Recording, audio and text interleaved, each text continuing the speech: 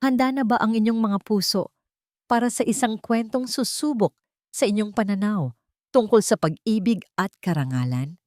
Halina't pakinggan natin ang isang salaysay na magpapatunay na ang tunay na halaga ng isang tao ay hindi kailanman nasusukat sa kapal ng kanyang pitaka.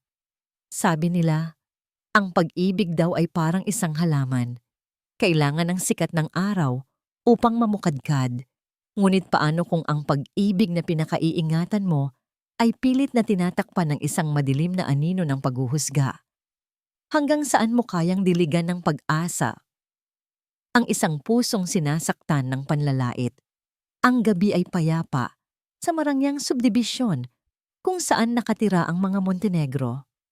Tanging ang mahinang ugong ng mga kuliglig at ang liwanag mula sa isang poste ang nagsisilbing saksi sa isang tagpong ninakaw mula sa pagkakataon.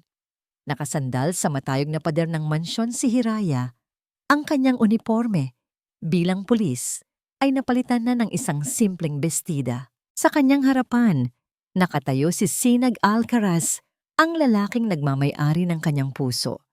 Suot ang kanyang kulay berdeng jacket bilang isang ojol driver. Hawak ni Sinag ang dalawang kamay ni Hiraya. Magaspang ang kanyang palad, tanda ng walang humpay na pagkayod sa maghapong pagmamaneho, ngunit para kay Hiraya, iyon ang pinakaligtas na lugar sa buong mundo. Mag-iingat ka sa pag-uwi, mahal. Bulong ni Hiraya, ang kanyang mga mata ay nagniningning sa ilalim ng ilaw poste. Huwag ka nang magpupuyat. Kailangan mo ng lakas para bukas. Isang matamis na ngiti ang gumuhit sa mga labi ni Sinag. Hindi ako mapapagod basta't alam kong ikaw ang naghihintay sa akin sa dulo ng bawat biyahe. Itinaas niya ang kamay ni Hiraya at marahan itong hinagkan. Kahit anong hirap, basta para sa'yo, kakayanin ko. Sa mga sandaling iyon, sila lang ang tao sa mundo. Walang mayaman, walang mahirap. Tanging dalawang pusong nagmamahalan. Dahan-dahang inilapit ni Sinag ang kanyang mukha sa dalaga. Ipinikit ni Hiraya ang kanyang mga mata. Hinihintay ang halik na laging nagpapalimot sa kanya sa lahat ng problema. Ngunit bago pa man maglapat ang kanilang mga labi, isang malamig at matigas na boses ang pumunit sa katahimikan ng gabi. Hiraya! Sabay silang napalingon sa pinanggalingan ng tinig. Mula sa malaking bakal na tarangkahan na bahagyang nakaawang, lumabas si Doña Imelda Montenegro. Nakapamaywang ito, ang mukha ay nakakunot sa matinding galit, at ang mga matay parang mga punyal na nakatutok kay Sinag. Agad na nanlamig ang buong katawan ni Sinag. Ang init na dala ng pagmamahal ni Hiraya ay biglang napalitan ng nagyeyelong takot. Binitiwan niya ang kamay ng dalaga na para bang napaso. Nanginginig na, sabi ni Hiraya. Humakbang siya paharap na tila gustong protektahan si Sinag mula sa tingin ng kanyang ina. Ngunit hindi natinag si Imelda. Ang kanyang mga mata ay nanatiling nakapako kay Sinag. Sinusuri ito mula ulo hanggang paa na may hindi maitagong pandidiri. Ano ang sinabi ko sa iyo tungkol sa pakikipagkita sa basura na to? Imelda, tama na po yan. Pakiusap ni Sinag. Ang boses ay puno ng paggalang sa kabila ng sakit. Huwag mo akong matawag-tawag na Imelda, sigaw nito. Para sa mga taong tulad mo, ako si Doña Imelda. At sino ka para utusan akong tumigil? Isang hamak na ojol driver? Magkano ba ang kinikita mo sa isang araw? Sapat ba yan para pakainin ang anak ko? O baka naman, ang anak ko pa ang inaasahan mong bumuhay sa'yo? Bawat salita ay parang sampal na dumadapo sa pisngi ni Sinag. Naramdaman niya ang pag-init ng kanyang mga mata. Sa tabi niya, humahagulgol na si Hiraya. Ma, parang awa mo na. Itigil mo na to. Pero lalong nag-alab ang galit ni Imelda. Mula sa kanyang mamahaling handbag, dumukot siya ng isang puting sobre at walang awang inihagis ito sa dibdib ni Sinag. Heto, pera. Yan naman ang kailangan ninyong mga mahihirap, hindi ba? Kunin mo yan at layuan mo na ang anak ko. Wag na wag ka nang magpapakita pa sa kanya. Naiintindihan mo? Nalaglag ang sobre sa basang semento, nabuksan ito, at kumalat ang ilang piraso ng 1,000 piso. Para kay Sinag, ang mga perang iyon ay hindi biyaya, kundi lason. Isang lason na sumisira sa kanyang pagkatao. Hindi niya pinulot ang pera. Tinitigan lang niya ito na may halong sakit at galit. Pagkatapos ay itinuon niya ang kanyang mga mata kay Imelda. Hindi po mabibili ng pera ninyo ang pagmamahal ko kay Hiraya, at lalong hindi nito mabibili ang dangal ko. Isang mapaklang tawa ang kumawala sa bibig ni Imelda. Dangal? Anong dangal ang pinagsasabi mo? May dangal ba ang isang taong nabubuhay sa limos at awa? Hinila na ni Imelda ang umiiyak na si Hiraya papasok ng gate. Halik ka na! At ikaw, muli niyang binalingan si Sinag. Sa susunod na makita ko pa ang pagmumukha mo dito, sisiguraduhin kong hindi ka na makakabiyahe pa kahit kailan. Malakas na isinara ang tarangkahan, ang tunog nito ay parang isang hatol na naghihiwalay sa dalawang mundo. Naiwan si Sinag sa labas, mag-isa, basang-basa, na hindi dahil sa ulan, kundi dahil sa pawis at luhang hindi niya namalayang tumutulon na pala. Sumakay siya sa kanyang motorsiklo, pinaandar niya ang makina. Ang ugong nito ay kasabay ng sigaw sa kanyang dibdib. Pinaharurot niya ito palayo. Walang patutunguhan, tanging layunin ay takasan ng sakit. Kasabay ng kanyang pag-alis, ang pagbuhos ng malakas na ulan. Bawat patak na humahampas sa kanyang helmet ay tila maliliit na suntok sa kanyang puso. Paulit-ulit na umalingaw-ngaw sa isip niya ang mga salita ni Imelda. Basura. Hamak na ojol driver. Walang dangal. Sa gitna ng pagdausdos ng kanyang mga luha at ng walang tigil na ulan, halos hindi na niya makita ang daan. Ang lungsod ng pag-asa ay tila naging isang karagatan ng kalungkutan para sa kanya. Sa kanyang pagmamaneho, sa gitna ng kawalan at sakit, isang kumikislap na ilaw sa gilid ng kalsada ang pumukaw sa kanyang pansin. Isang mamahaling itim na kotse ang nakahinto, bukas ang hood nito at umuusok. Sa tabi nito, isang matandang lalaki na naka-Amerikana, ang basang-basa na at tila hirap na hirap habang sinusubukang ayusin ang makina. Huminto ang mundo ni Sinag. Isang bahagi ng kanyang isip ang nagsasabing magpatuloy na lang siya. Ano ang pakialam niya sa problema ng iba kung ang sarili niyang mundo ay guguho na? Ngunit sa kabila ng sakit, sa kabila ng puot, narinig niya ang isang mas malakas na tinig sa kanyang kalooban. Ang tinig ng kanyang amang nagturo sa kanya na laging tumulong sa kapwa. Ang tinig ng dangal na pilit dinudungisan ni Imelda. Ipinilig niya ang kanyang ulo, huminga ng malalim, at dahan-dahan, itinigil niya ang kanyang motorsiklo sa gilid ng daan at nilapitan ng estranghero sa gitna ng bumubuhos na ulan. Ang malakas na kalabog ng bakal na tarangkahan ay tila gumuho sa buong pagkatao ni Hiraya. Bawat yabag ng kanyang ina na kumakaladkad sa kanya papasok sa mansyon ay isang hakbang palayo sa lalaking kanyang minamahal. Naririnig pa niya ang ugong ng papalayong motorsiklo ni Sinag. Isang tunog na unti-unting nilalamon ng gabi at nang rumaragas ang ulan. Isang tunog ng pag-iisa.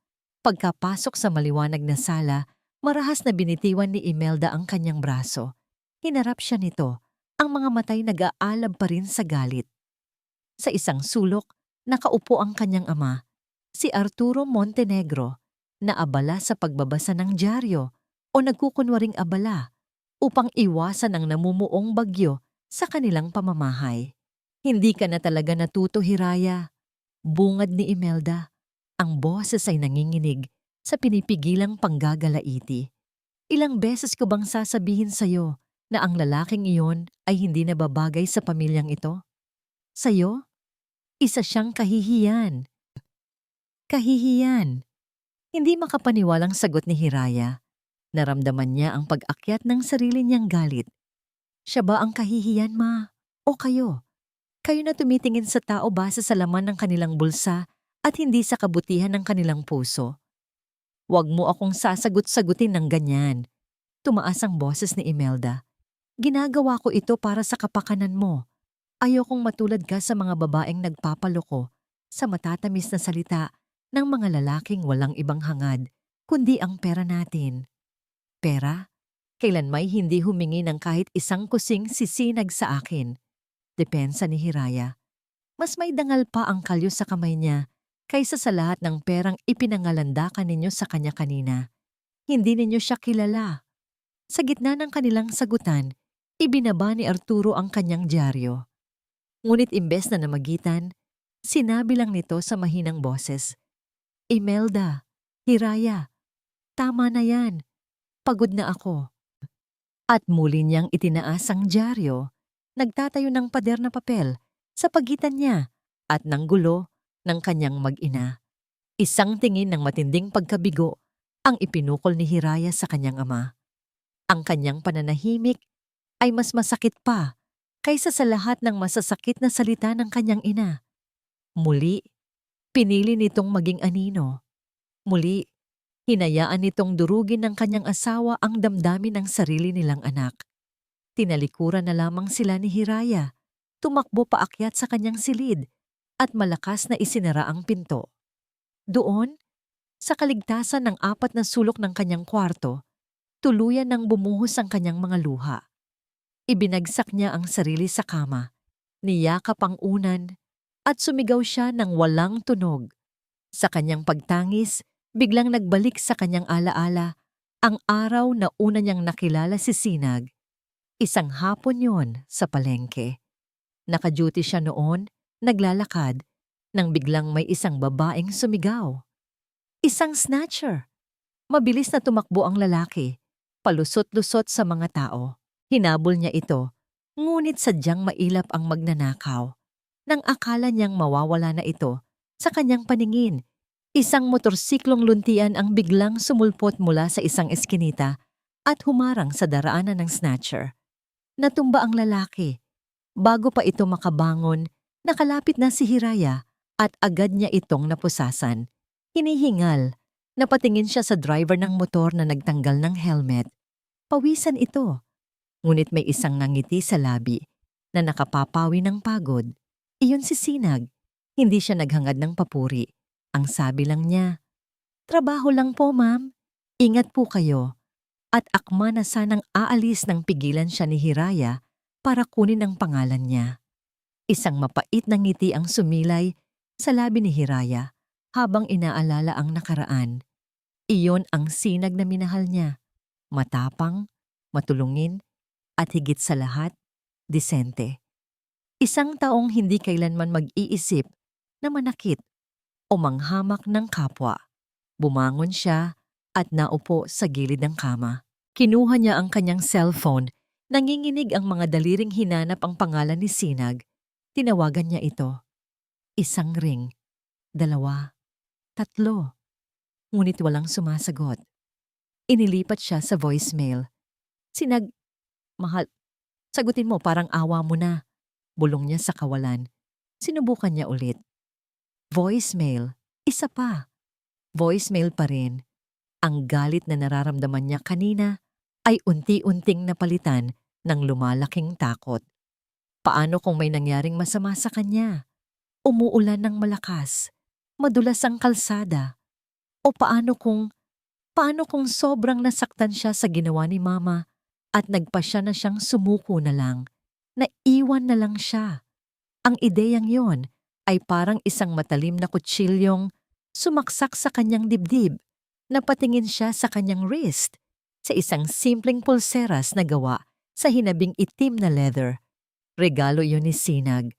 Walang halaga sa pera, ngunit para kay Hiraya. Iyon ang simbolo ng lahat ng kanilang pinagsamahan. Hinigpitan niya ang hawak dito, na para bang iyon na lamang ang tanging bagay na kumokonekta sa kanya sa lalaking pinakamamahal niya. Habang nakatitig sa madilim na screen ng kanyang telepono, nawawalan na ng pag-asa. Bigla itong umilaw at nag-vibrate. Kumabog ng malakas ang kanyang dibdib nang makita ang pangalan ni Sinag. Agad niya itong sinagot. Sinag! Diyos ko, Sinag! Okay ka lang ba? Saan ka nagpunta? Nag-alala ako ng sobra. Sunod-sunod niyang sabi, hindi na napigilan ang panginginig ng boses. Katahimikan ang sumagot sa kabilang linya. Isang mahabang katahimikan na nagpadala ng kaba sa buong sistema niya. Sinag, nariyan ka pa ba? At sa wakas, narinig niya ang boses nito. Pagod, malalim, at may kakaibang bigat na hindi niya pa narinig dati. Hiraya, sabi nito. Huminga ito ng malalim. May nangyari. Isang bagay na hindi ko inaasahan. Ang tanong ni Hiraya ay nanatiling nakabitin sa hangin, puno ng pag-aalala. Sa kabilang linya, napapikit si Sinag. Paano niya ipapaliwanag ang isang pangyayaring kahit siya mismo ay hindi lubos na maintindihan? Nandito ako sa bahay, Hiraya. Sa wakas ay sagot niya. Sinisikap na patatagin ang kanyang boses. Ligtas ako. May tinulungan lang ako sa daan. Ipinaliwanag niya ang lahat sa isang mabilis, ngunit detalyadong salaysay. Ang nasiraang kotse, ang matandang lalaki sa gitna ng ulan, ang pagtulong niya. Ngunit hindi niya binanggit ang lalim ng sakit na naramdaman niya bago ang lahat ng iyon. Ayaw na niyang dagdagan pa ang bigat na dinadala ni Hiraya. Nakahinga ng maluwag si Hiraya sa kabilang linya, ngunit bakas pa rin ang pag-aalala. Mag-iingat ka palagi, Sinag. Mahal na mahal kita. Mahal na mahal din kita, sagot niya. Huwag mo na akong isipin. Matulog ka na. Pagkatapos ng tawag, ibinagsak ni Sinag ang kanyang katawan sa kanyang maliit na kama. Ang kwarto niya ay simple lang. Isang espasyong sapat lamang para sa kanya at sa kanyang mga pangarap. Ngunit ng gabing iyon, tila kumitid ang silid. Sinisikip ng mga alaala ng panghahamak ni Doña Imelda. Ang mga salita nito ay isang apoy na patuloy na pumapaso sa kanyang puso. At sa gitna ng apoy na yon, isang imahe ang biglang lumitaw sa kanyang isip. Ang mukha ng matandang lalaking tinulungan niya. Doon, sa ilalim ng malakas na ulan, sa gitna ng kanyang sariling kawalan ng pag-asa, nakakita siya ng isang bagay na matagal na niyang hindi nakikita sa mata ng ibang mayayaman. Paggalang. Tumakbo si Sinag palapit sa mamahaling kotse. Sir, okay lang po ba kayo? Sigaw niya para marinig sa gitna ng ulan. Napalingon ang matanda, si Don Rafael de Villa. Nagulat ito nang makita ang isang ohol driver na huminto para sa kanya. Ayos lang, iho, pero ang makina mukhang sumuko na. Walang alinlangan. Sinilip ni Sinag ang ilalim ng hood. Hindi siya isang mekaniko, ngunit sa tagal niya sa kalsada, natutunan na niya ang ilang pangunahing kaalaman. Nakita niya ang isang natanggal na hose sa tulong ng ilaw mula sa kanyang cellphone at sa kabila ng malakas na buhos ng ulan na nagpapahirap sa bawat galaw, pinagtiyagaan niyang ikabit itong muli. Pagkatapos ng ilang minuto ng pagpupumilit, sumubok silang muli. Umandar ang makina. Isang himala. Isang nasangiti ng labis na pasasalamat ang gumuhit sa mukha ni Don Rafael. Dumukot ito sa kanyang wallet. Maraming salamat, iho. Heto, tanggapin mo. Malaking tulong ang ginawa mo. Inabot nito ang isang makapal na bungkos ng pera, pero umiling si Sinag. Itinaas niya ang kanyang kamay para pigilan ito. Wag na po, sir. Ang pagtulong po ay hindi binabayaran. Ang mga salita ay kusang lumabas sa kanyang bibig, dala ng sakit na iniwan ng sobre ng pera ni Imelda. Natigilan si Don Rafael, tinitigan niya si Sinag, hindi dahil sa pagtanggi nito, kundi dahil sa sinseridad sa mga mata ng binata. Sigurado ka? Malaking halaga ito. Opo, sir. Sapat na po sa akin na nakauwi kayo ng ligtas, sagot ni Sinag. At sa pagkakataong yon, naramdaman niya ang pagbabalik ng kaunting dangal sa kanyang sarili. Kinuha ni Don Rafael ang kamay ni Sinag at mahigpit itong kinamayan. Ano ang pangalan mo, iho? Sinag po. Sinag Alcaraz. Sinag. Ulit ng matanda. na tila ninamnam ang pangalan. Isang karangalan na makilala ka, Sinag Alcaraz. Kinabukasan, nagising si Sinag na mabigat pa rin ang pakiramdam. Ngunit kailangan niyang bumangon, kailangan niyang bumiyahe, kailangan niyang kumita. Habang nagkakape, biglang tumunog ang kanyang cellphone, isang numerong hindi rehistrado. "Hello?" Sagot niya. "Good morning. May I speak to Mr. Sinag Alcaraz?" Isang formal na boses ng babae ang narinig niya. "Ako nga po ito," nagtatakang sagot ni Sinag. "I am calling from the office of Mr. Rafael De Villa, chairman of Villacorp Holdings. Mr. De Villa was very impressed with you last night and he would like to personally invite you for an interview at 10 a.m. today for a position in our company." Nabitawan ni Sinag ang tasa ng kape. Mabuti na lang at sa platito lang ito tumama. Villacorp Holdings? Ang isa sa pinakamalaking korporasyon sa bansa? Isang interview? Para sa kanya? "Miss, baka po nagkakamali kayo ng tinawagan," sabi niya. Puno ng pag-aalinlangan. "Ojol driver lang po ako." "We are not mistaken, Mr. Alcaraz. Mr. De Villa was very specific. He believes a man with your integrity is exactly what his company needs. A car will be waiting for you in 30 minutes. Just send me your address. We hope to see you." Bago pa man siya makasagot, ibinaba na ng babae ang telepono.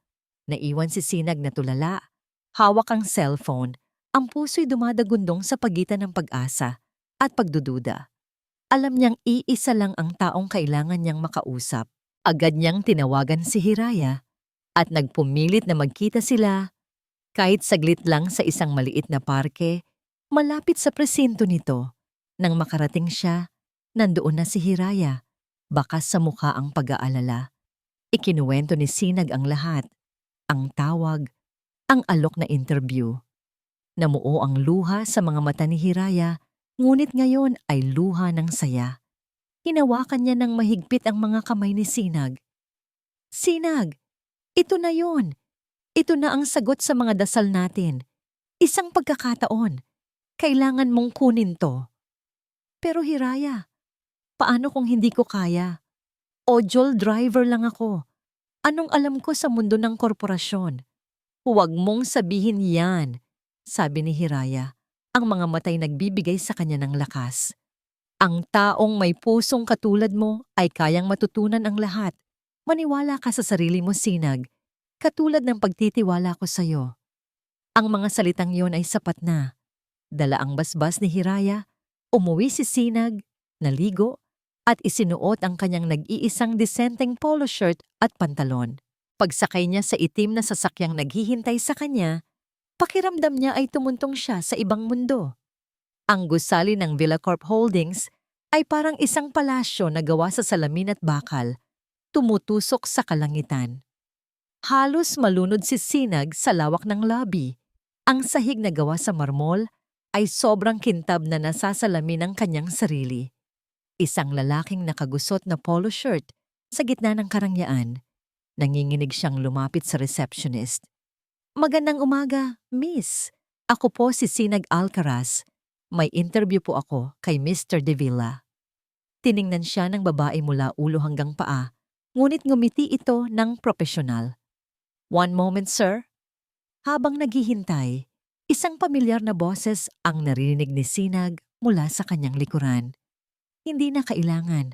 Ako na ang bahala sa kanya." Napalingon si Sinag.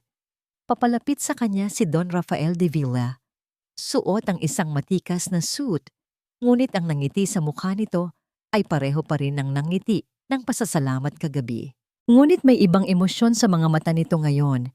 Isang bagay na hindi mabasa ni Sinag, isang bagay na malalim at misteryoso. Matagal ko na siyang hinihintay. Ang mga sumunod na araw ay isang panaginip na hinaluan ng bangungot para kay Sinag. Ang kanyang unipormeng berde ay napalitan ng mga polo shirt na binili niya mula sa kanyang unang sahod. Mga damit na, sa kanyang paningin, ay marangya na. Ngunit sa loob ng palasyo ng salamin ng Villacorp ay tila isang sigaw ng pagiging ordinaryo.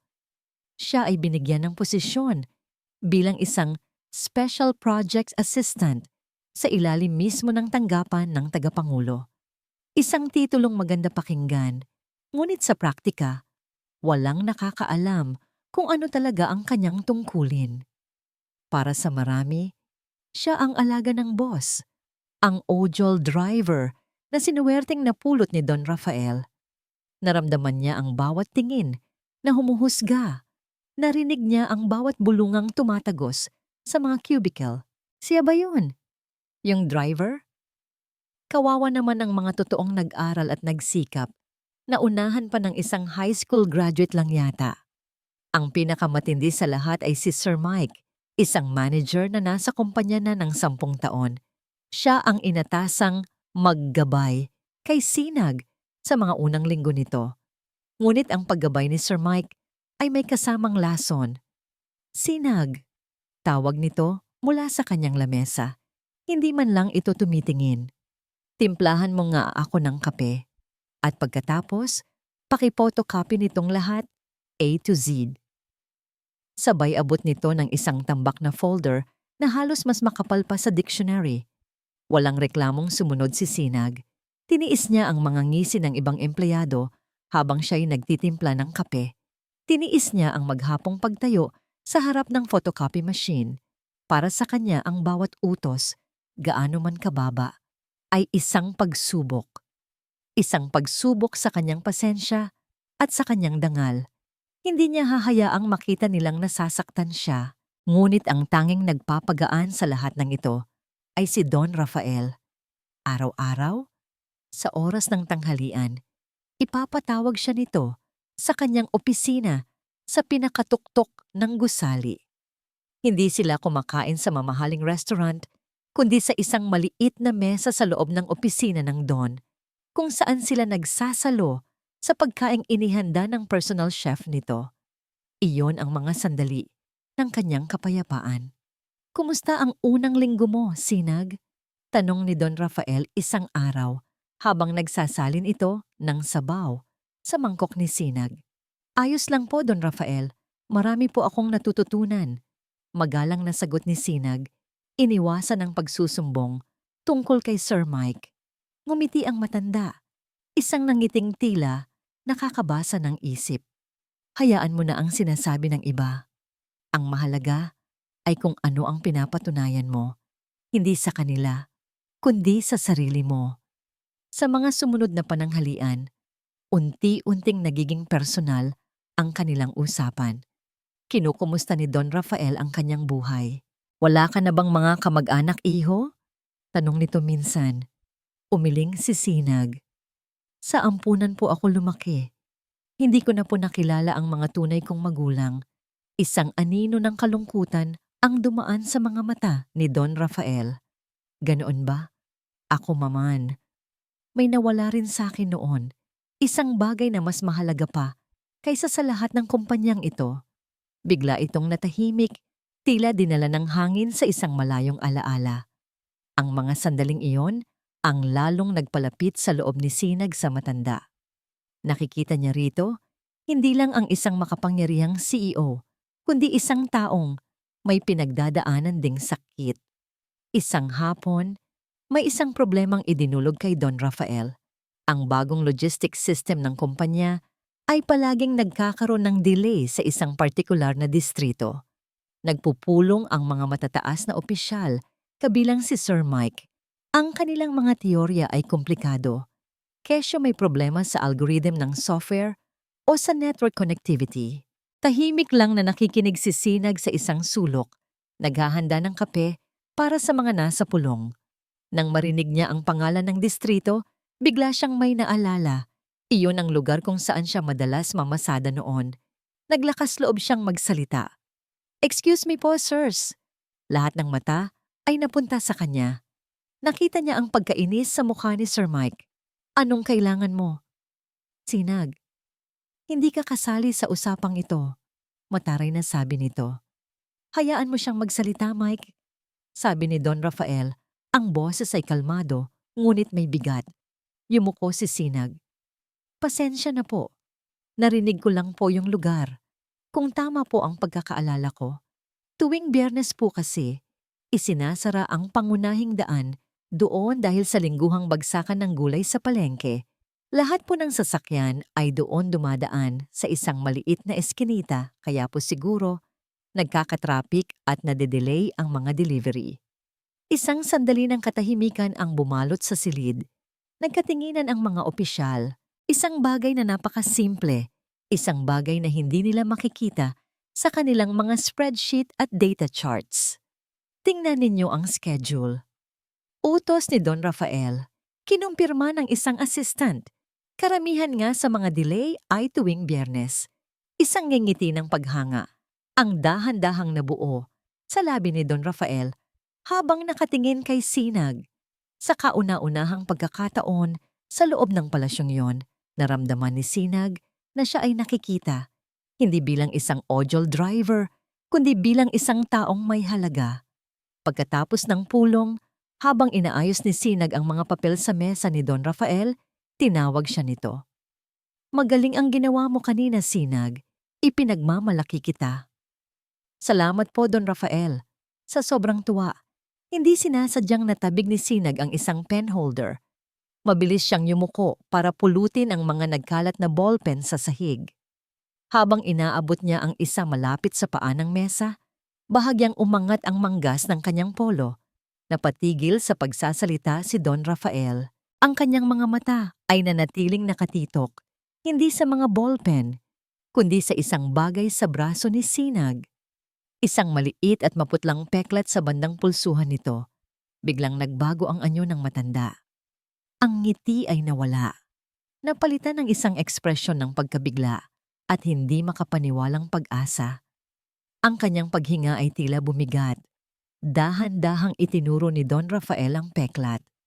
Ang kanyang kamay ay bahagyang nanginginig. Saan mo nakuha ang peklat na yan, iho?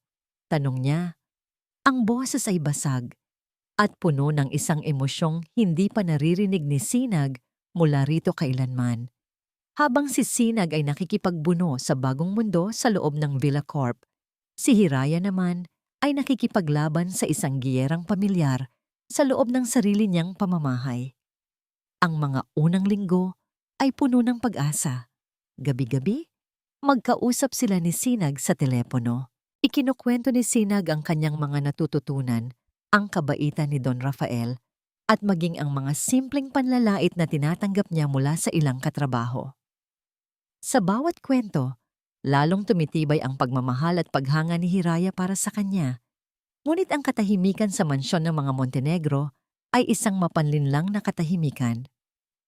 Alam ni Hiraya na ang kanyang ina, si Imelda, ay parang isang bulkan na nag-iipon ng galit, naghihintay lang ng tamang pagkakataon para sumabog. At ang pagsabog ay dumating isang gabi sa oras ng hapunan. Nakausap ko kanina si Tita Miling mo. Kaswal na sinabi ni Imelda habang naghihiwa ng kanyang steak. Ang anak niyang si Adrian, kararating lang galing Amerika. Isa na pala siyang ganap na arkitekto at napakakisig na bata. Hindi umimik si Hiraya, ngunit kinabahan na siya. Alam niya ang estilo ng kanyang ina. May patutunguhan ang usapang ito. Naisip ko, pagpapatuloy ni Imelda, tinitingnan siya ng may matamis ngunit mapanuring ngiti. Dahil abala na rin naman ang Sinag mo sa bago niyang trabaho, marahil ay gusto mong lumabas kasama si Adrian sa Sabado? Para naman malibang ka. Madiing ibinaba ni Hiraya ang kanyang mga kubyertos. Ang tunog nito sa plato ay umaling-awngaw sa tahimik na silid kainan. Ma, alam ninyo ang sagot dyan. May boyfriend na po ako. Oh, come on, Hiraya. Anong masama sa pakikipagkaibigan? Tumaas ang kilay ni Imelda. O baka naman natatakot ka? Natatakot kang makita kung ano ang itsura ng isang tunay na lalaking may kinabukasan kumpara dyan sa assistant mo? Ang paggamit ng salitang assistant ay sinadya, puno ng pang-uuyam. Ang trabaho po ni Sinag ay marangal. Matigas na sagot ni Hiraya. At kahit ano pa man ang posisyon niya, siya ang mahal ko. Hindi po ako interesado kay Adrian o sa kahit kanino pa man. Talaga? Tumawa si Imelda, Isang tawang walang saya. Hanggang kailan, Hiraya? Hanggang kailan ka magtitiyaga sa isang lalaking kahit kailan ay hindi magiging kasing antas natin? Binigyan siya ng swerte, oo. Pero ang swerte, nauubos. Ang tunay na yaman at pangalan, hindi. Hindi ninyo talaga siya titigilan, ano? Sabi ni Hiraya. Nanginginig ang boses sa galit at pagkabigo. Kahit na may ginagawa na siyang paraan para umangat, para patunayan ang sarili niya, hahanap at hahanap pa rin kayo ng paraan para hilahin siya pababa. Hindi ko siya hinihila pababa, sigaw ni Imelda, na wala na ang pagkukunwari. Inililigtas kita sa kanya, sa kahihiyan na idudulot niya sa pamilyang ito. Siya ang nagligtas sa akin. Ganting sigaw ni Hiraya, tumatayo mula sa kanyang upuan. Iniligtas niya ako sa paniniwalang ang halaga ng tao ay nasa apelyido at bank account. Isang bagay na kailanman ay hindi ninyo naintindihan. Tinalikuran niya ang hapag at nagmamadaling umalis.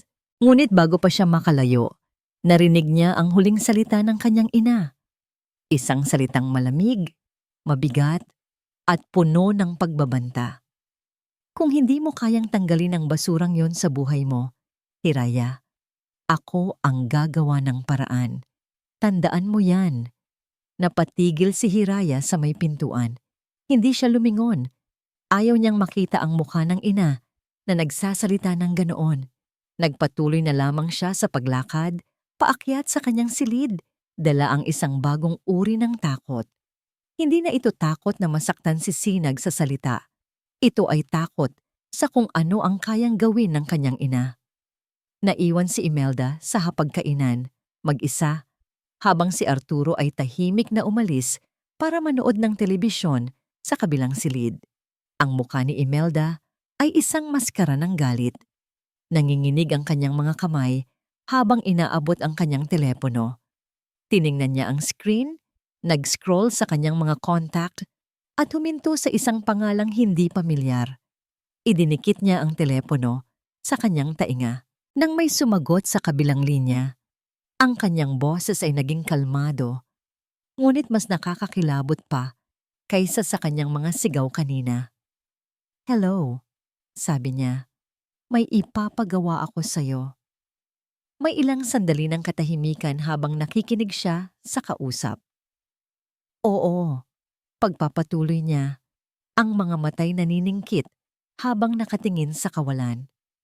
"Gawin mo ang lahat. Kailangan niyang mawala sa landas ng anak ko, kahit anong paraan." Ang tanong ni Don Rafael ay nanatiling nakasabit sa hangin, mas mabigat kaysa sa lahat ng gamit sa loob ng marang niyang opisina. "Saan mo nakuha ang peklat na yan, iho?" Napatayo ng tuwid si Sinag, bahagyang nahihiya habang ibinababa ang kanyang manggas. "Ah, ito po ba?" Sabi po sa ampunan. Noong sanggol pa lang daw po ako, napaso ako ng natapong mainit na tubig. Hindi na po naalis. Simpleng sagot niya. Hindi alam na ang bawat salita ay parang isang susi na nagbubukas ng isang nakakandadong pinto sa nakaraan ni Don Rafael. Hindi kumibo ang matanda. Sa halip, dahan-dahan itong naupo sa kanyang silyang gawa sa leather. Ang kanyang mukha, na karaniwang puno ng awtoridad, ay biglang naging marupok. Ang kanyang mga mata ay nakatitig sa kawalan, ngunit ang nakikita nito ay hindi ang mga nagtataasang gusali sa labas ng bintana, kundi isang eksena mula sa isang nakaraang puno ng sakit. "Sinag," sabi niya pagkaraan ng ilang sandali. Ang boses ay garalgal. "Maupo ka. May ikukwento ako sa'yo." Sa kabila ng pagkalito, sumunod si Sinag. Umupo siya sa silya sa tapat ng mesa. Ramdam ang biglaang pagbabago sa atmosfera ng silid. Huminga ng malalim si Don Rafael na para bang naghahanda para sa isang napakabigat na pag-amin.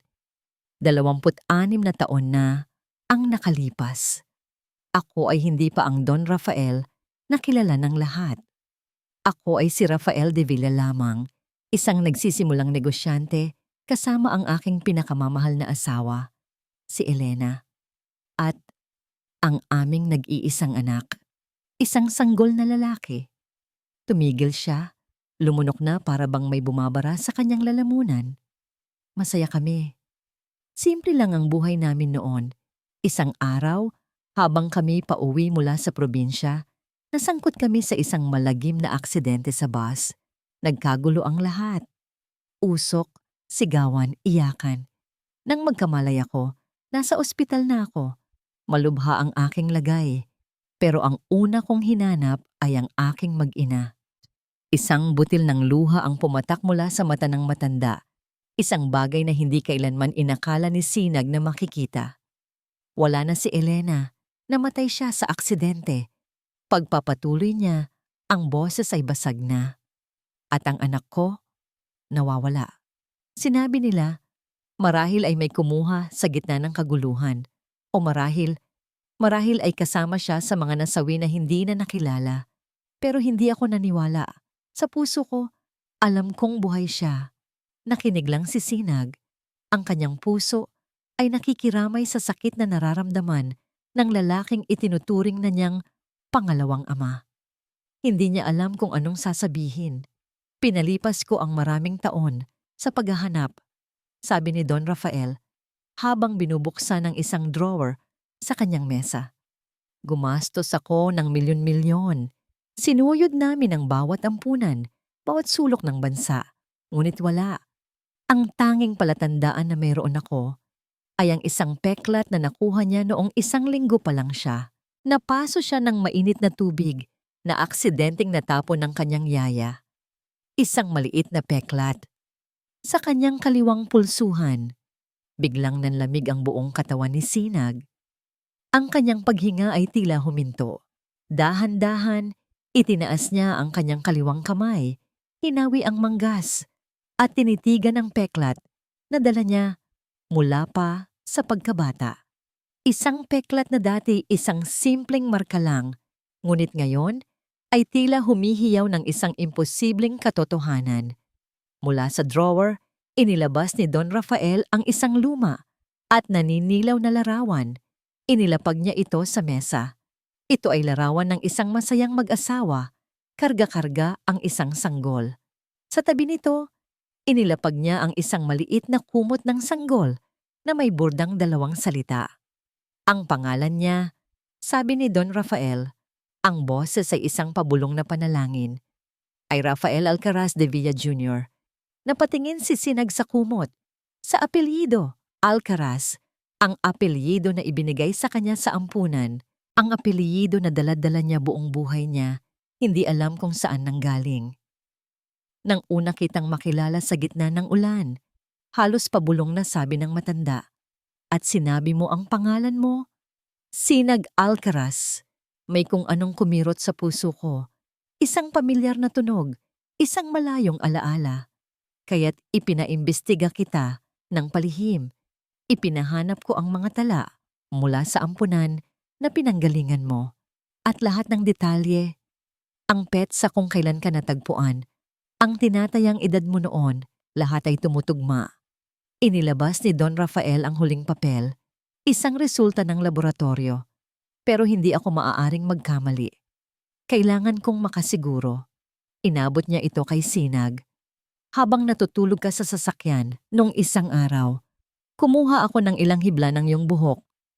Ipinasuri ko ito. Nanginginig ang mga kamay ni Sinag habang binubuksan ang papel. Hindi niya maintindihan ang mga teknikal na salita. Ngunit sa pinakababa, may isang pangungusap na nakasulat sa malalaking titik na tila tumalon mula sa papel at sumampal sa kanyang mukha. DNA match, probability, 99.99% binitiwan ni Sinag ang papel. Ito'y dahan-dahang lumipad, pabalik sa mesa. Tumingala siya, ang mga matay puno ng luhang hindi mapigilan. Tumingin siya sa matandang lalaki sa kanyang harapan. Hindi na bilang kanyang boss, hindi na bilang isang estranghero, kundi bilang isang piraso ng kanyang nawawalang pagkatao. Ang kanyang ama. Tumayo si Don Rafael. Umikot siya sa mesa at lumapit kay Sinag na nananatiling tulala sa kanyang upuan. Inilagay niya ang kanyang nanginginig na kamay sa balikat nito. Anak, sabi niya, ang isang salitang yon ay naglalaman ng 26 na taon ng pangungulila, paghahanap at sakit. Anak ko, nahanap na rin kita. Hindi na napigilan ni Sinag. Ang lahat ng sakit, lahat ng pangungulila sa paghahanap ng pamilya, lahat ng tanong na walang sagot ay bumuhos sa anyo ng mga luha. Tumayo siya at niyakap ang matanda. Ang yakap na dapat ay natanggap niya 26 na taon na ang nakalipas. Sa gitna ng kanilang madamdaming pag-iiyakan, biglang bumukas ang pinto ng opisina. Pumasok ang personal assistant ni Don Rafael. Ang mukha ay namumutla. Sir, sabi nito, ang boses ay nagmamadali. Nasa labas po ang media. Mukhang may nag-leak ng impormasyon. Hinihintay po nila kayo sa lobby. Ang hapunan sa mansyon ng mga Montenegro ng gabing iyon ay mas tahimik kaysa karaniwan. Ang tanging maririnig ay ang mahinang tunog ng mga kubyertos na tumatama sa mga mamahaling plato. Si Hiraya ay halos hindi ginagalaw ang kanyang pagkain. Ang isip niya ay lumilipad sa kung ano na kaya ang nangyayari kay Sinag matapos ang kanilang huling pag-uusap. Si Imelda ay may matigas na ekspresyon sa mukha. Halatang hindi pa rin tapos ang galit niya mula sa kanilang huling pagtatalo. At si Arturo, gaya ng dati, ay nagtatago sa likod ng isang pader ng katahimikan.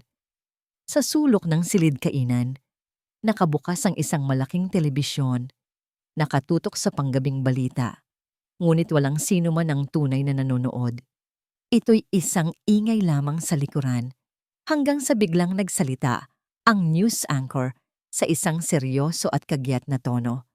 At para sa aming breaking news ngayong gabi, isang kwentong magpapatunay na ang tadhana ay tunay na mapagbiro. Ang Villacorp Holdings, isa sa pinakamalaking korporasyon sa Asia, ay naglabas ng isang opisyal na pahayag na yumanig sa mundo ng pagnenegosyo. Napatigil sa pagsubo si Arturo. Bahagyang itinaas ni Imelda ang kanyang tingin. Sa screen, lumitaw ang larawan ng gusali ng Villacorp, kasunod ang isang larawan ni Don Rafael de Villa. At sa tabi nito ay isang larawan ni Sinag, kuha mula sa kanyang lumang social media account, nakasuot ng kanyang berdeng ojol jacket.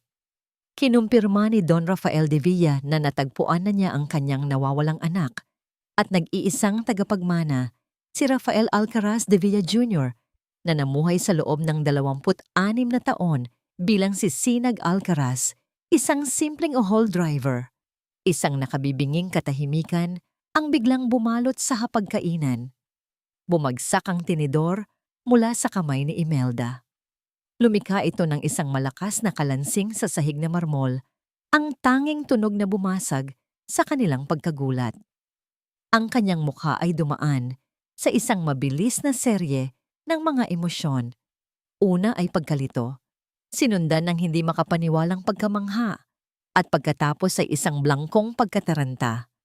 Ang kanyang bibig ay bahagyang nakabuka, ang mga matay ng lalaki habang nakatitig sa mukha ni Sinag sa telebisyon. Hindi maaari, pabulong na sabi ni Arturo. Ibinaba ang kanyang baso. Ngunit para kay Hiraya, ang oras ay tila bumagal. Ang lahat ng ingay sa paligid ay nawala. Ang nakikita lang niya ay ang larawan ng lalaking mahal niya. Si Sinag, ang kanyang Sinag, tagapagmana, anak ng isa sa pinakamayamang tao sa bansa. Isang alon ng purong kagalakan at kaluwagan ang bumuhos sa kanyang puso. Masaya siya para sa kanya. Sobrang saya. Sa wakas, makukuha na ni Sinag ang buhay na nararapat para sa kanya. Isang buhay na malayo sa panghuhusga at paghihirap. Ngunit ang dalisay na kaligayahang yon ay agad na nadungisan ng magsalita ang kanyang ina. Biglang tumayo si Imelda. Ang pagkataranta sa kanyang mukha ay napalitan ng isang kakaibang sigla. Sinasabi ko na nga ba? Bulalas niya na para bang nanalo sa loto. Sinasabi ko na sa inyo May nakita akong kakaiba sa batang yan. Ang kanyang mga mata, ang kanyang tindig. Alam kong hindi siya pangkaraniwan. May dugong maharlika. Napatitig si Hiraya sa kanyang ina, hindi makapaniwala sa kanyang naririnig. Ang pandidiri ay nagsimulang gumapang sa kanyang lalamunan. Mas masama pa kaysa sa lason. Arturo, ano pang ginagawa mo? Sigaw ni Imelda sa kanyang asawa. Tawagan mo siya. Batiin mo siya. Sabihin mong lagi tayong naniniwala sa kanya. Nagmamadaling kinuha ni Arturo ang kanyang telepono. Ang mga daliri nanginginig habang hinahanap ang numero ni Sinag. Hindi niya sinasagot. Naka-off yata ang telepono. Subukan mo ulit, utos ni Imelda. Diyos ko, Hiraya anak. Binalingan siya nito. Ang mga matay nagniningning sa isang paraang nakasusuklam. Ang swerte mo. Ikaw ang nobya ng isang Divilla. Dapat pala ay noon pa natin siya inimbita dito sa bahay para sa isang formal na hapunan. Sa puntong yon, hindi na kaya ni Hiraya. Ang pagkasuklam ay umapaw. Tumayo siya, ang silya ay gumawa ng isang maingay na tunog sa pag-urong. Talaga ma? Tanong niya. Ang boses ay malamig at walang emosyon. Imbitahan ninyo siya sa hapunan. Matapos ninyo siyang hagisan ng pera sa labas ng gate natin? Matapos ninyo siyang tawaging basura? Natigilan si Imelda na wala ang kanyang nangiti. Hiraya, hindi ito ang oras para dyan. Ang nakaraan ay nakaraan na. Para sa inyo siguro, putol ni Hiraya. Pero para sa akin, at sigurado ako para kay Sinag, ang mga sugat na iniwan ninyo ay hindi nabubura ng pera o apelyido. Nakakahiya kayo. Tinalikuran niya ang kanyang mga magulang na naiwang nakatayo sa gitna ng kanilang biglaang nabagong mundo. Pumanik siya sa kanyang silid, isinara ang pinto at sumandal dito. Doon lamang niya hinayaang bumagsak ang kanyang mga luha. Ngunit hindi ito luha ng saya para kay Sinag. Ito ay luha ng kahihiyan para sa sarili niyang pamilya. Kinagabihan, pagkatapos ng hindi mabilang na mga pagtatangka ng kanyang mga magulang, natawagan si Sinag. Habang si Hiraya ay nakahiga sa dilim, biglang umilaw ang screen ng kanyang telepono. Isang pamilyar na pangalan ang lumitaw. Sinag. Kumakabog ang dibdib na sinagot niya ito. Sinag. Hiraya, sabi ng boses sa kabilang linya. Ito ang boses niya, ngunit iba. Mas malalim, mas formal. Walang bakas ng init na dati niyang naririnig. Isang boses na kalmado sa isang paraang nakakakilabot. Sinag, nakita ko ang balita. Masayang masaya ako para sa'yo. Sabi niya, ang luhay muling nagbabanta. Hindi nito pinansin ang kanyang sinabi. Sa halip nagpatuloy ito sa isang patag na tono. Hiraya, gusto kayong imbitahan ng... Huminto ito ng isang segundo. Isang segundong tila isang kawalang hanggan. Papa sa isang hapunan. Kayo ng pamilya mo. Ang biyahe papunta sa mansyon ng mga Divilla ay isang halo ng pananabik at kahihiyan. Si Imelda, nakasuot ng kanyang pinakamahal na bestida at alahas, ay hindi mapakali sa kanyang upuan. Walang tigil ang pagbibigay niya ng mga huhuling bilin kay Hiraya at Arturo. Arturo, siguraduhin mong babatiin mo si Don Rafael ng may paggalang. Ikaw naman, Hiraya, ngumiti ka. Huwag kang magsusungit. Ito ang pinakamahalagang gabi ng buhay mo. Si Hiraya ay nakatingin lang sa labas ng bintana. Pinapanood ang mga ilaw ng lungsod ng pag-asa na dumadaan. Ang bawat salita ng kanyang ina ay parang karayom na tumutusok sa kanyang konsensya. Naramdaman niya ang matinding hiya, hindi para sa kanyang sarili, kundi para sa kanyang mga magulang. Pagdating nila sa dambuhalang tarangkahan ng Forbes Park at nang sabihin ng kanyang ama ang pangalan nila sa gwardiya, tila isang mahika ang naganap. Ang dating mga harang ay biglang nawala.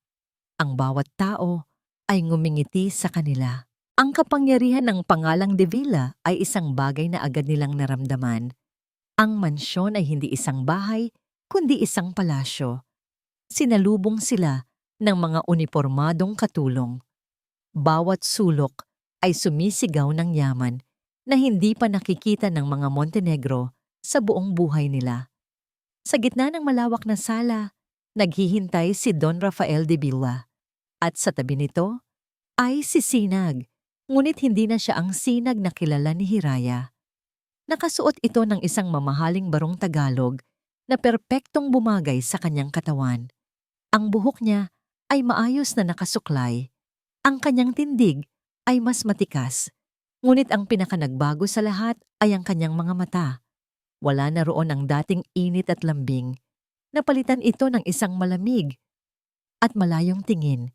Isang tingin na tila tumatagos sa kanila. Hindi sila tunay na nakikita. Don Rafael, isang malaking karangalan po. Halos magkandara pa sa pagbati si Arturo na nag-aalok ng kanyang kamay. Welcome sa aming tahanan, Mr. and Mrs. Montenegro. At sa iyo, Hiraya, sabi ni Don Rafael, ang boses ay magalang ngunit formal.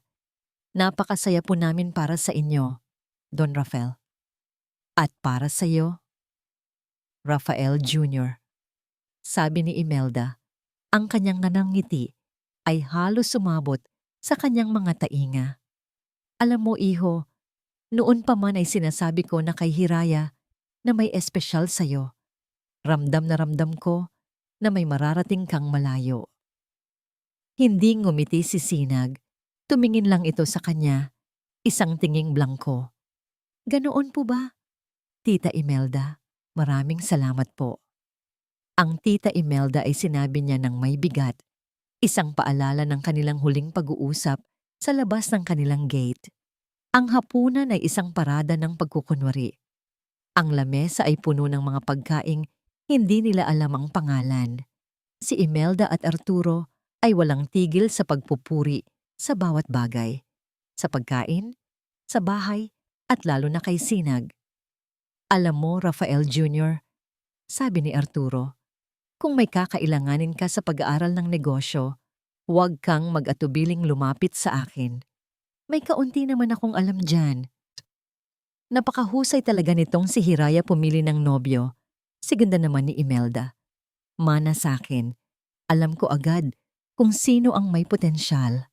Sa bawat papuri, isang maliit na ngisi lang ang isinasagot ni Sinag. Isang ngangiting hindi umaabot sa kanyang mga mata. Si Hiraya ay nanatiling tahimik, pinipilit nguyain ang pagkain, na tila naging buhangin sa kanyang bibig. Nakikita niya ang lahat, ang bawat pekeng ngiti, ang bawat huwad na salita. At ang pinakamasakit sa lahat, nakikita niya ang pagbabago kay Sinag. Ang Sinag na minahal niya ay tila nilalamon ng isang bagong katauhan, isang Rafael Jr. na malamig at mapaghusga. Napakabait ninyo talaga, tita. Muling nagsalita si Sinag matapos ang isa na namang mahabang papuri mula kay Imelda. Hindi ko po makakalimutan ang huling pag-uusap natin. Kung hindi po ako nagkakamali, may inabot po kayo sa aking sobre noon? Sayang po at hindi ko nakuha. Inanod yata ng ulan. Ang mga salita ay sinabi niya sa isang kalmadong tono. Ngunit ang epekto nito ay parang isang malakas na sampal. Biglang natigilan si Imelda. Ang nangngiti ay namatay sa kanyang mga labi. Si Arturo ay napaubo. Tanging si Don Rafael ang nanatiling tahimik. Pinapanood ang kanyang anak na may pag-unawa sa kanyang mga mata. Naramdaman ni Hiraya ang paglamig ng buong silid. Ito ang Sinag na nasaktan. Ito ang Sinag na hindi pa nakakalimot. Sinubukan ni Imelda na bawiin ang sitwasyon. Iyon ba? Kalimutan na natin yon. Isang maliit na hindi pagkakaunawaan lang. Ang mahalaga ay ang ngayon at ang hinaharap. Ang hinaharap ninyo ni Hiraya. Kailan ba natin pwedeng pag-usapan ng kasal? Iyon na ang huling salita. Ang salitang kasal. Dahan-dahang ibinaba ni Sinag ang kanyang kupita ng alak sa mesa. Ang tunog nito ay lumikha ng isang matunog na clink na bumasag sa katahimikan. Tumingin siya kay Imelda. Ang kanyang mga mata ay walang emosyon, ngunit sa ilalim nito ay may nag-aalab na apoy. Bago po iyon, Tita Imelda, sabi niya. Ang kanyang boses ay mababa, ngunit malinaw, umaabot sa bawat sulok ng silid. May gusto lang po akong linawin sa harap ng lahat. Ang sinabi ni Sinag ay parang isang bato na inihagi sa isang tahimik na lawa. Lumilikha ng mga alon ng tensyon na gumapang sa buong silid kainan. Ang lahat ng pagkukunwari ay biglang naglaho. Si Imelda ay napalunok. Ang ngiti sa kanyang labi ay nagyelo. Si Arturo ay namutla. Ang mga matay nagpapalipat-lipat mula kay Sinag patungo sa kanyang asawa. Si Hiraya naman, naramdaman niya ang pagbilis ng tibok ng kanyang puso. Ito na ang pagsabog. Tumingin si Sinag kay Don Rafael, isang tingin ng paghingi ng pahintulot. Tumangulang ang kanyang ama, isang senyales na ito ang kanyang sandali, ang kanyang laban. Muling ibinalik ni Sinag ang kanyang tingin sa mga Montenegro, partikular kay Imelda. Ang kanyang boses ay nanatiling kalmado, ngunit ang bawat salita ay may talim. Bago po natin pag-usapan ang anumang kasal, panimula niya, gusto ko lang pong sariwain ang alaala nating lahat. Dahil tila po marami na tayong nakalimutan. Tumayo siya mula sa kanyang upuan, hindi sa paraang mayabang, kundi sa paraang tila isang testigo na magbibigay ng kanyang salaysay sa korte. Ilang linggo lang po ang nakalipas, pagpapatuloy niya. Sa labas ng inyong gate, sa gitna ng kadiliman, tinawag ninyo akong basura, Tita Imelda. Sinabi ninyo na isa akong kahihiyahiyan sa anak ninyo. Tinanong ninyo kung sapat ba ang kinikita ko para pakainin siya. Bawat salita ay isang dagok na tumatama, hindi lang kay Imelda, kundi pati na rin kay Hiraya. Gusto niyang takpan ang kanyang mga tainga. Gusto niyang patigilin si Sinag, ngunit alam niyang kailangan itong mangyari. Inihagis ninyo sa akin ang isang sobre ng pera, sabi ni Sinag. Ang kanyang mga mata ay hindi bumibitiw kay Imelda. Sinabi ninyo na iyon ang kailangan naming mga mahihirap, na iyon ang kabayaran para sa paglayo ko sa buhay ni Hiraya. Si Imelda ay hindi makapagsalita. Ang kulay ay tuluyang nawala sa kanyang mukha. Para siyang isang estatwang binuhusan ng malamig na tubig. Ngayon, sabi ni Sinag, isang mapait na ngiti ang sumilay sa kanyang labi. Ngayong nalaman ninyo na ako pala ay isang Devilla. Bigla ninyong naalala na may potensyal ako. Bigla ninyong nakita na may dugong maharlika ako. Bigla ninyo akong gustong maging parte ng pamilya ninyo. Huminga siya ng malalim. Ang paghingi ninyo ng tawad ay kasing peke ng mga papuri ninyo kanina. Hindi po kayo nagsisisi sa ginawa ninyo. Nagsisisi lang po kayo dahil sa taong ginawa ninyo nito. Ang tanong ko po, Tita Imelda, kung hanggang ngayon ay isa pa rin akong ojol driver, kung ang pangalan ko ay Sinag Alcaraz pa rin at hindi Rafael de Villa Jr., ganito pa rin po ba tayo mag-uusap ngayong gabi? Ang tanong ay parang isang kidlat na gumuhit sa gitna ng silid. Walang makasagot dahil alam nilang lahat ang katotohanan. Hindi ko po kailangan ang pagtanggap na nakabase sa apelyido ko, sabi ni Sinag. Ang boses niya ay nagsimulang manginig sa pinipigilang emosyon. Maari kong makuha ang lahat ng bagay sa mundo ngayon, pero hindi ko mabibili ang isang bagay na hindi ninyo kailanman naibigay sa akin. Ang respeto at ang sinseridad. Tama na. Pabulong na sabi ni Hiraya. Ang mga luha ay malayang dumadaloy sa kanyang mga pisngi. Nang marinig ang boses ni Hiraya, tila doon lang napansin ni Sinag ang sakit na idinudulot niya rito. Ngunit huli na ang lahat. Ang pader sa pagitan nila ay naitayo na. Hindi na kinaya ni Arturo. Tumayo ito. Pasensya na, Don Rafael. Pasensya na, iho. Aalis na kami. Inalalayan niya ang kanyang asawa, si Imelda, na tila nawalan ng lakas at hindi makagalaw. Walang salitang lumabas sa bibig nila habang sila'y papalabas ng silid. Iniwan ang kanilang anak sa gitna ng pinsala. Naiwan si Hiraya at Sinag, nakatayo sa magkabilang dulo ng mahabang lamesa. Ang distansya sa pagitan nila ay hindi na nasusukat sa metro, kundi sa lalim ng sakit. "Bakit Sinag?" tanong ni Hiraya. Ang boses ay basag. "Bakit kailangang gawin mo yon? Bakit kailangang ipahiya mo sila ng ganito?" "Dahil kailangan nilang harapin ang katotohanan, Hiraya." Sagot ni Sinag. Ang kalmadong maskara ay tuluyan ng nabakbak. Inilalabas ang lahat ng sakit at galit na kinimkim niya. "Pagod na akong magpanggap na okay lang ang lahat. Pagod na akong lunukin ang mga panlalait nila." "Pero hindi ganito ang paraan." Lumapit si Hiraya. "Ang paghihiganti ay hindi solusyon. Oo, nagkamali sila.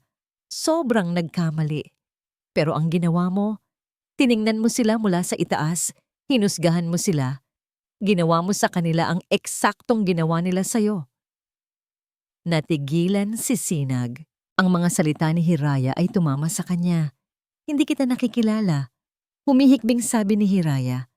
"Ang Sinag na minahal ko, kahit gaano kasakit, hindi manlalait ng kapwa.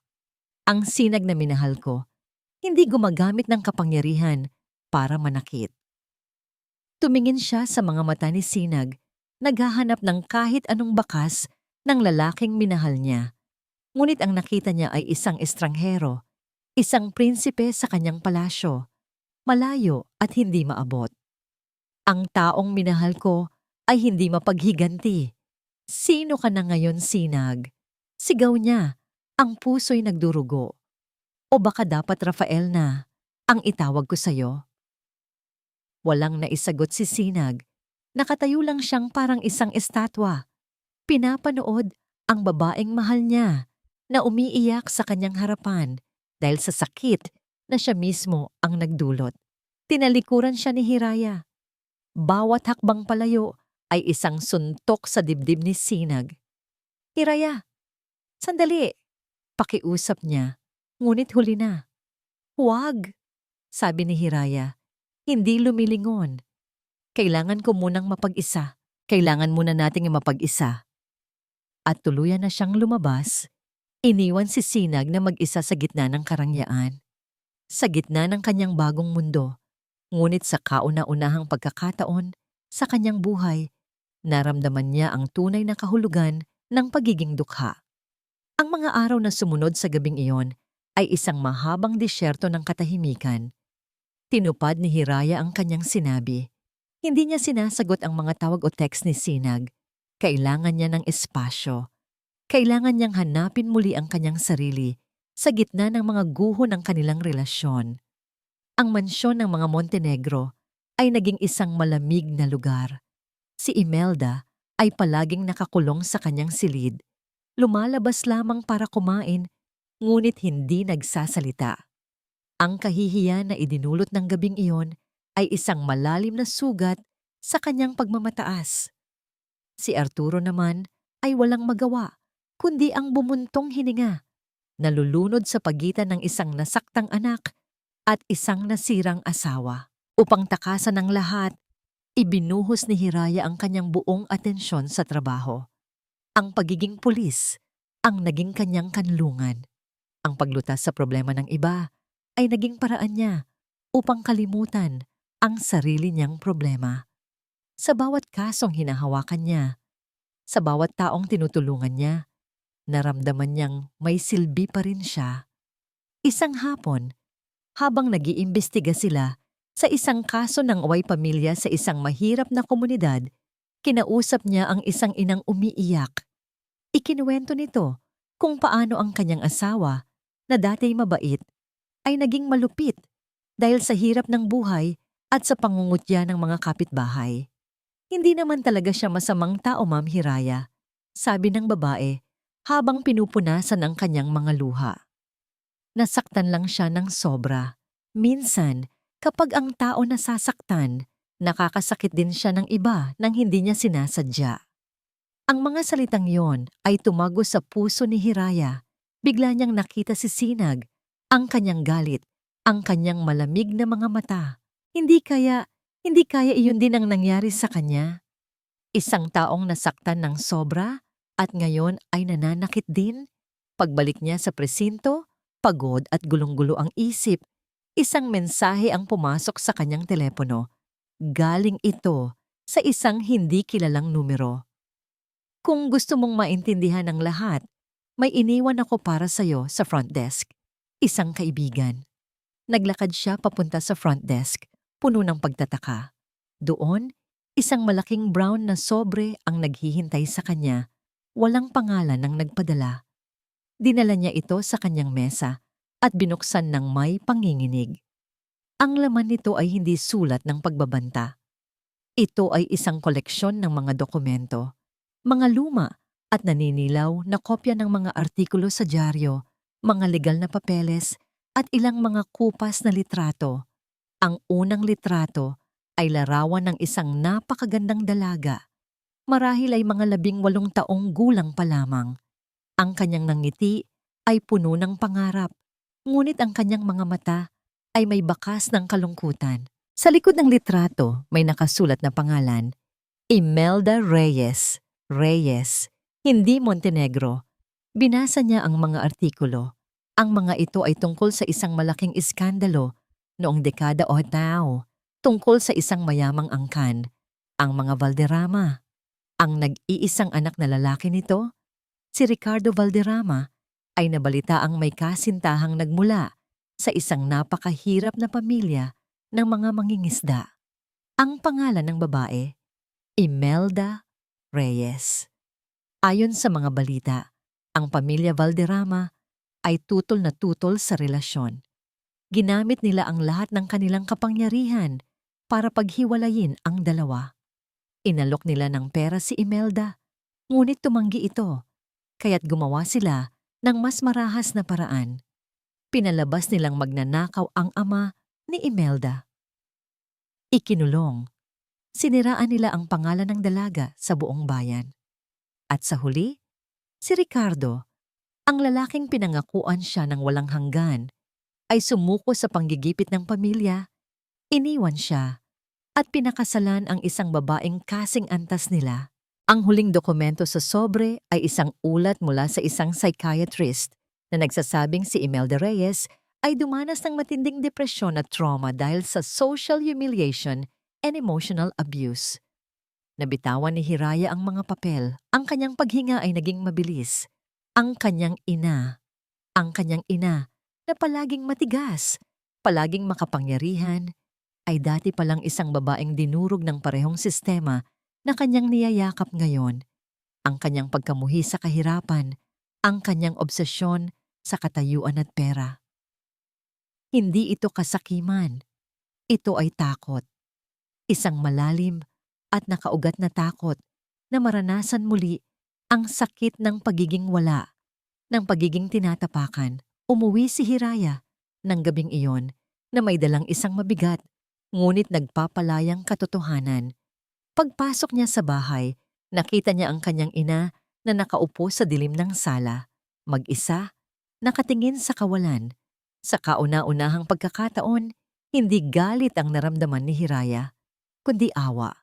Dahan-dahan, siyang lumapit at naupo sa tabi nito. Hindi siya nagsalita. Hinayaan lang niya ang katahimikan na maging tulay sa pagitan nilang dalawa. Pagkaraan ng ilang minuto, si Hiraya ang bumasag sa katahimikan. Ang kanyang boses ay mahinahon. "Ma," sabi niya. Tumingin siya sa mga mata ng kanyang ina, mga matang pagod na sa pag-iyak. Sino po si Ricardo? Sa pagbanggit ng pangalang iyon, isang bagay ang nabasag sa loob ni Imelda. Ang maskara na suot niya sa loob ng maraming dekada ay unti-unting gumuho. Inilalantad ang nasaktang dalaga na matagal na niyang ikinukubli. Ang kanyang mga labi ay nanginig at isang hikbi ang kumawala mula sa kanyang dibdib.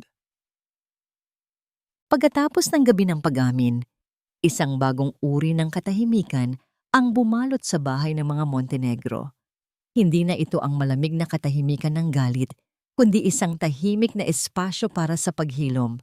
Sa kauna-unahang pagkakataon, nakita ni Hiraya ang kanyang ina hindi bilang isang kontrabida, kundi bilang isang biktima ng sarili nitong masakit na nakaraan.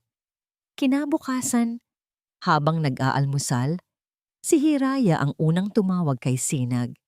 Isang ring lang, agad itong sumagot na para bang 24 na oras itong naghihintay sa tabi ng telepono. Hiraya, sabi nito, ang boses ay puno ng pag-asa at takot. Sinag, sagot niya, pwede ba tayong mag-usap? Nagkita sila sa parehong parke kung saan ibinahagi ni Sinag ang balita tungkol sa kanyang job interview. Umupo sila sa isang bench sa ilalim ng isang malaking puno ng akasya. May sapat na distansya sa pagitan nila. Nalaman ko na ang lahat, panimula ni Hiraya habang nakatingin sa malayo. Ang tungkol sa nakaraan ni Mama. Tumingin sa kanya si Sinag, nagulat. Paano? May nagpadala sa akin ng mga dokumento.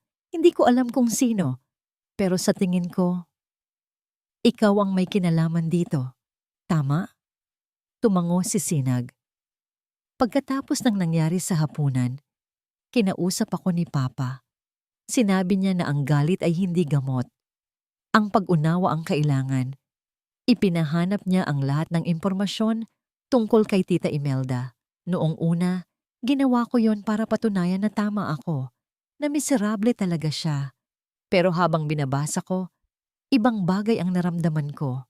Awa, dugtong ni Hiraya. Oo, sabi ni Sinag. At hiya, kasi ginamit ko ang sakit niya para iparamdam sa kanya ang sakit na naramdaman ko. Nagkamali ako, Hiraya. Patawarin mo ako. Naging marahas ako, naging mapaghusga, naging katulad ako ng taong kinamumuhian ko. Ang pag-amin na yon ang bumasag sa huling pader na nakapagitan sa kanila. Lumapit si Hiraya at hinawakan ang kanyang kamay. Ang gaspang ng palad ni Sinag ay pareho pa rin. Isang paalala ng lalaking una niyang minahal. Pareho tayong nasaktan, Sinag, at pareho tayong kailangang magpatawad, sabi ni Hiraya, ang mga matay naluluhana. Pero hindi lang sa isa't isa, kailangan din nating isama siya. At doon, sa ilalim ng puno, binuo nila ang isang plano.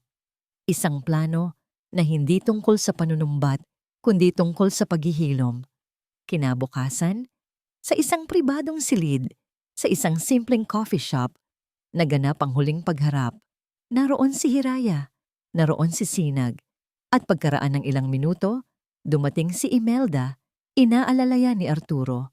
Ang mukha niya ay mukha ng isang taong pagod na sa pakikipaglaban. Naupo siya sa tapat nilang dalawa. Ang tensyon ay ramdam na ramdam, walang nagsalita. Hanggang sa si Sinag ang bumasag sa katahimikan. Tita Imelda, panimula niya, ang boses ay magalang at puno ng sinseridad. Nandito po kami, hindi para manumbat. Nandito po kami dahil may gusto kaming maintindihan. Natigilan si Imelda, hindi inaasahan ang ganitong panimula. Gusto ko pong humingi ng tawad, pagpapatuloy ni Sinag, sa paraan ng pagtrato ko sa inyo sa hapunan. Hindi po yun tama. Ginamit ko po ang kapangyarihan ko para saktan kayo.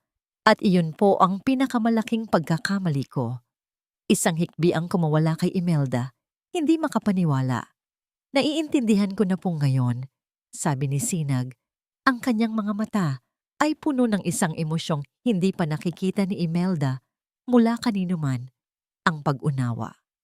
Naiintindihan ko na po ang takot na mawalan, ang takot na bumalik sa wala, ang sakit ng pagiging hinahamak dahil lang sa iyong estado sa buhay. Inilahad ni Sinag ang kanyang mga palad sa mesa, ang mga palad na dati kinasuklaman ni Imelda. Itong mga kalyo na ito, tita, ito po ang naging simbolo ng lahat ng kinatatakutan ninyo para kay Hiraya. Pero para po sa akin, ito ang simbolo ng dangal. At sa tingin ko po, Sa kaibuturan ng puso ninyo, alam ninyong ganoon din iyon. Tumingin siya ng diretso sa mga mata ni Imelda. Hindi po ako galit sa inyo, tita.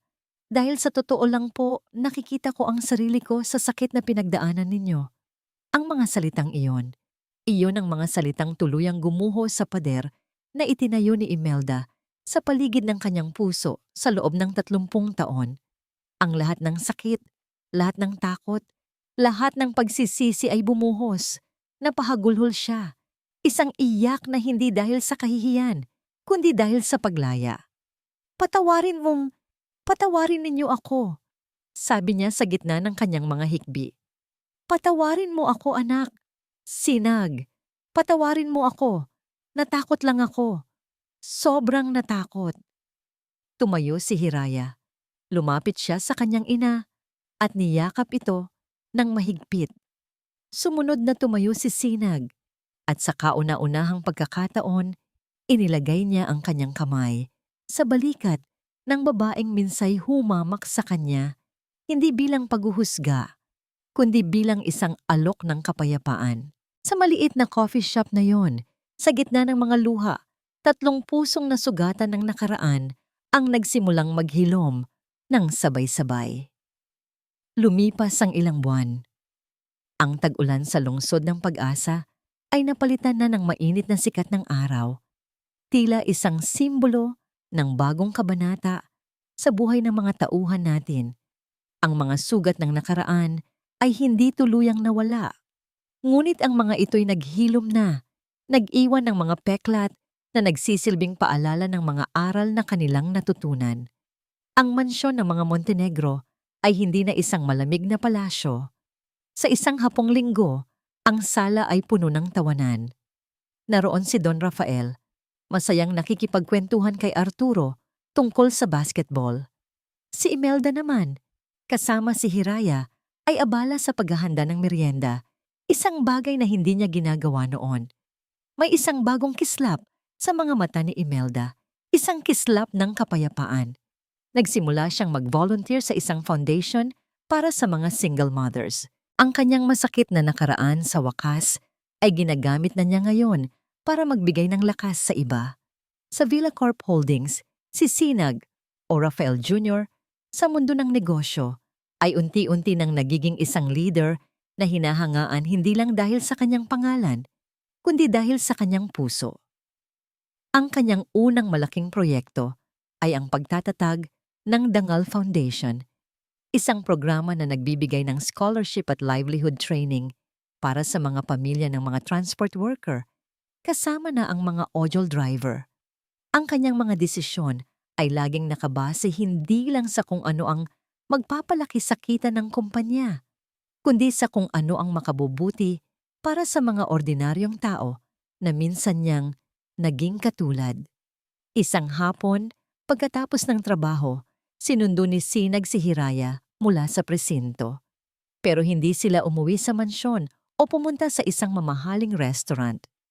Dinala siya ni Sinag sa isang pamilyar na lugar. Ang kanto ng Sampaguita, bulong ni Hiraya habang pinagmamasdan ang mga ojol driver na nag-aabang ng pasahero, ang tanawing dati bahagi ng kanilang pang-araw-araw na buhay. Bumaba sila ng kotse at naupo sa isang simpleng bangko sa gilid ng daan, bumili ng 2 bote ng soft drinks mula sa isang tindahan.